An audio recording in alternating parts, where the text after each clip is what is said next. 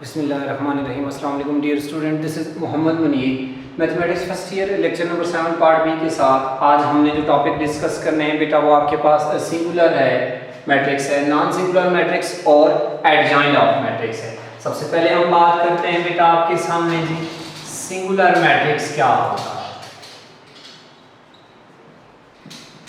और साथ हमारे आज के लेक्चर की ये डिस्कशन भी होगी सिंगुलर, नॉन सिंगुलर और एडजॉइंट। अब आपके पास ये हमारे पास आगे कहाँ पे यूज किए जाते हैं, यानी इनसे हम क्या आगे क्या चीज फर्दर फाइंड करेंगे। A square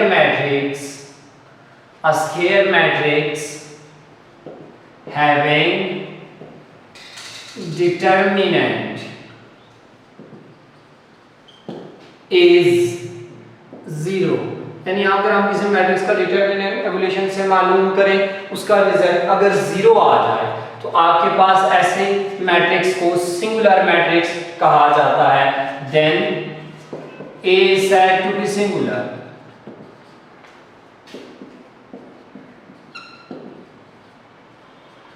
A square matrix of order n, यानी n by n का आपके पास मैट्रिक्स आ जाए कोई भी, उसका डिटर्मिनेंट अगर आपके पास 0 आ जाए तो बेटा आपके पास ऐसे मैट्रिक्स को सिंगुलर मैट्रिक्स कहा जाता है। इसके ऊपर एक एग्जांपल उठाते हैं, एग्जांपल से आपको ये वेरीफाई हो जाएगा। एक मैट्रिक्स में ले लेता हूँ B, कोई एक मैट्रिक्स ले लिया, या आपके पास A एक मैट्रिक्स ले लिया 2 5, आपके पास 2 5 1 5 एंड 3 15, ये आपके सामने मैंने एक मैट्रिक्स ले लिया। अगर मैं इसका डिटर्मिनेंट मालूम करूं तो बेटा ये डिटर्मिनेंट फॉर्म आ जाएगी। और अब इसको फर्दर रेगुलेट करूं, आपको पता है डिटर्मिनेंट हम जब 2 by 2 का मालूम करते हैं तो 5 multiply 1 15 माइनस 3 multiply 5 15, तो बेटा आपके पास इसका डिटर्मिनेंट क्या आ गया, 0 आ गया। सो आपके पास A is singular matrix.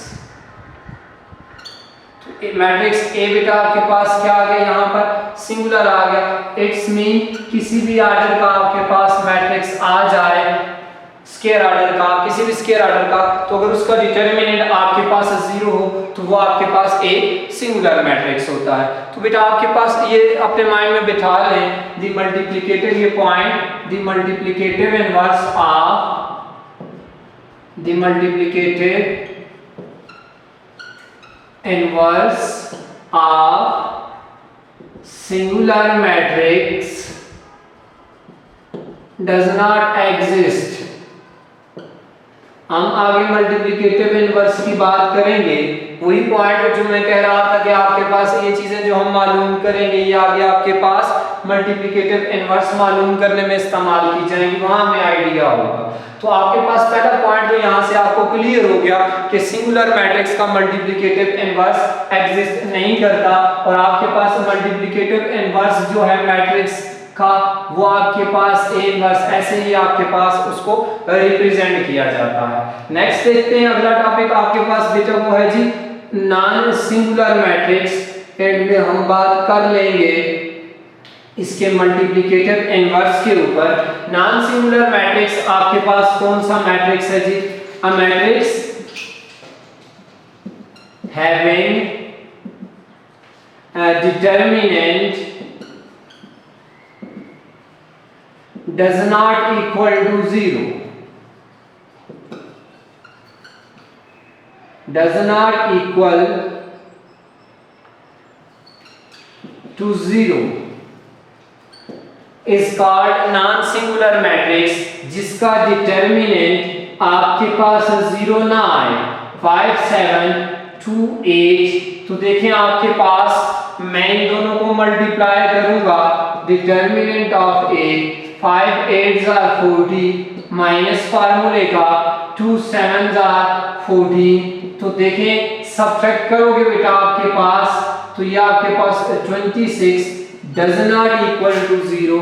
so A is non singular, यानी इसका डिटर्मिनेंट आपके पास 0 के इक्वल नहीं आया, तो ये आपके पास नॉन सिंगुलर आ गया।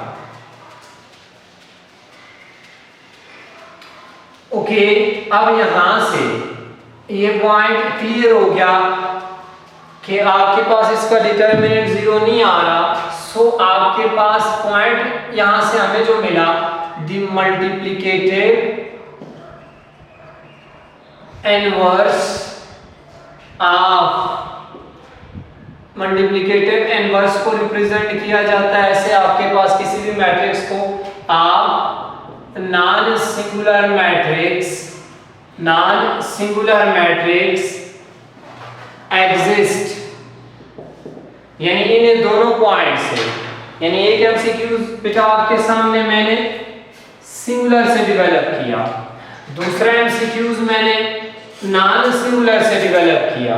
अब यहां से हमें ये पॉइंट क्लियर हो गया।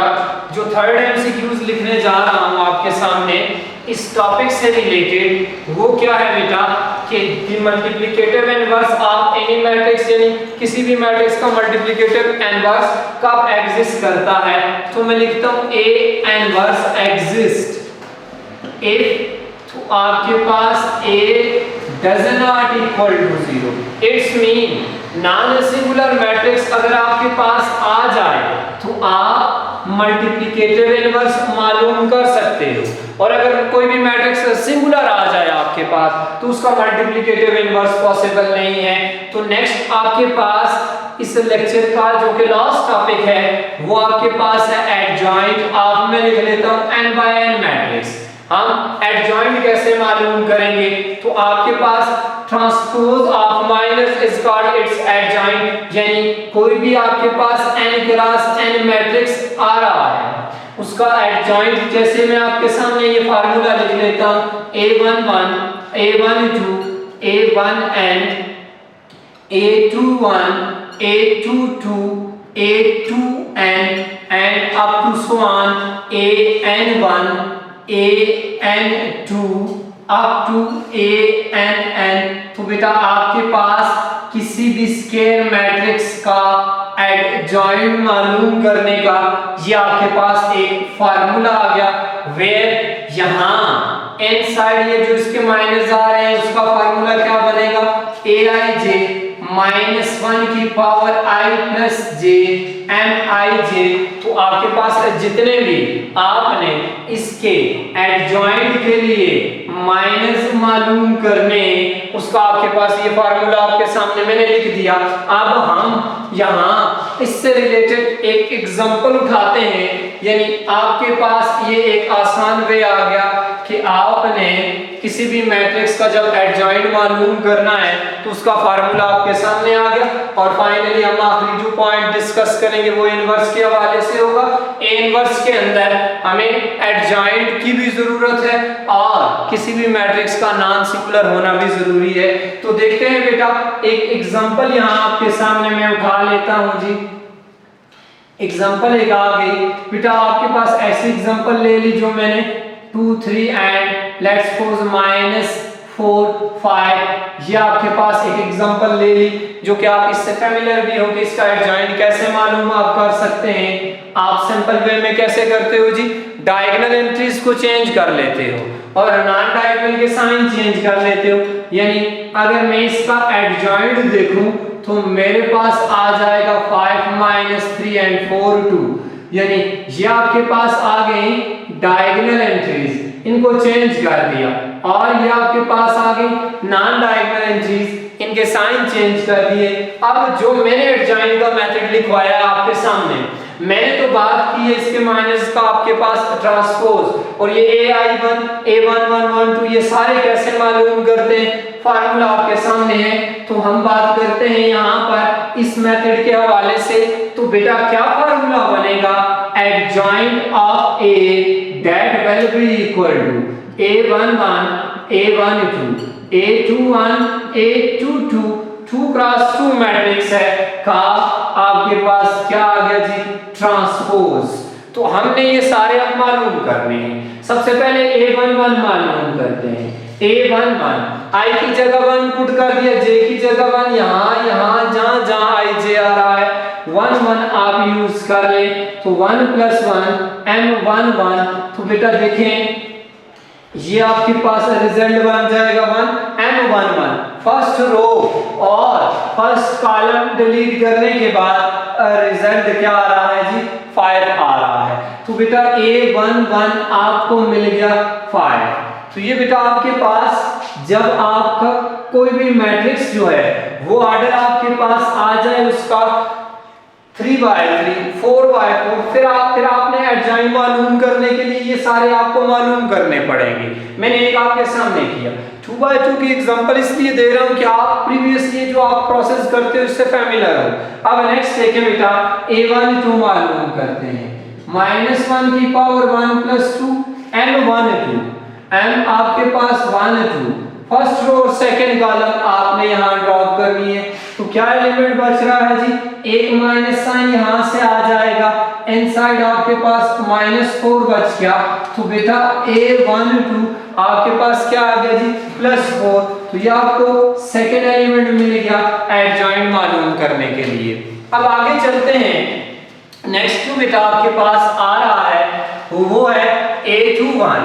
अब हमने बाकी भी तो मालूम करने हैं। A21 देखते हैं कैसे मालूम होगा। तो बेटा A21 फार्मूले के मुताबिक चलेंगे -1 की पावर 2 + 1 M21। तो ये बेटा आपके पास देखें माइनस साइन आ जाएगा और आपके पास सेकंड रो और फर्स्ट कॉलम आप ड्रॉप कर दें एलिमेंट आपके पास क्या बच रहा है जी 3 बच रहा है। ये देखिए सेकंड रो ड्रॉप कर दी फर्स्ट कॉलम ड्रॉप कर दिया एलिमेंट 3 बचा। तो बेटा A21 आपके पास आ गया जी -3 एंड लास्ट आपने जो एलिमेंट मालूम करना है फार्मूले में देखें वो A22 है। तो A22 कैसे मालूम करेंगे वही आप फार्मूले के मुताबिक चलेंगे A22 -1 की पावर 2 + 2 सेकंड रो और सेकंड कॉलम ड्रॉप कर दें। ये सेकंड रो और ये सेकंड कॉलम ड्रॉप कर दिया एलिमेंट आपके पास क्या बचा जी चलिए मैं लिख लेता हूं M22। तो ये पॉजिटिव आ गया M22 आपके पास ये +1 × 2 और रिजल्ट आपके पास A22 का 2 आ गया। ये रिजल्ट हम उठा के चारों ये रिजल्ट वहां एडजॉइंट के फार्मूले में यूज करते हैं। तो बेटा एडजॉइंट ये 2/2 का है आपके पास 3/3 4/4 जितने ऑर्डर का आ जाए। तो बेटा आपने इसी प्रोसेस के तहत चलना है। A11 क्या आ रहा है 5 A12 क्या आ रहा है 4 A21 -3 एंड 2 का ट्रांसपोज आ जाएगा। जब ट्रांसपोज अप्लाई करेंगे तो बेटा क्या होगा और रो कॉलम में कन्वर्ट हो जाएंगे। तो यहाँ आपके पास रिजल्ट जो आया और डायरेक्ट जो मैंने निकाला है वो रिजल्ट दोनों बेटा आप देख सकते हैं आपके पास सेम है। ये 2/2 के लिए आप इसमें से चल सकते हो मैंने पूरा प्रोसेस किया है 2/2 का। जबकि 3/3 यानी आपके पास किसी भी मैट्रिक्स का order n is greater than और इक्वल टू 3 आ जाए तो बेटा उसके एडजॉइंट का जो फार्मूला बनेगा मैट्रिक्स ए में कह देता हूं वो यही आपके पास डेवलप होगा A11 A12 A1n एंड आपके पास यहाँ आपके पास सेकंड देखें A12 A22 A2n and last आपके पास अगर देखें तो बेटा आपके पास आ जाएगा AN1 AN2 अप टू कहां जाएंगे बेटा आपके पास लास्ट एंट्री आ जाएगी ANN। तो आपके पास का ट्रांसपोज जैसे मैंने 2/2 में आपको फाइंड करके बताया तो आपके पास 3/3 में भी आप ऐसे ही फाइंड करेंगे। बात की हमने सिंगुलर और नॉन सिंगुलर और एडजॉइंट के ऊपर।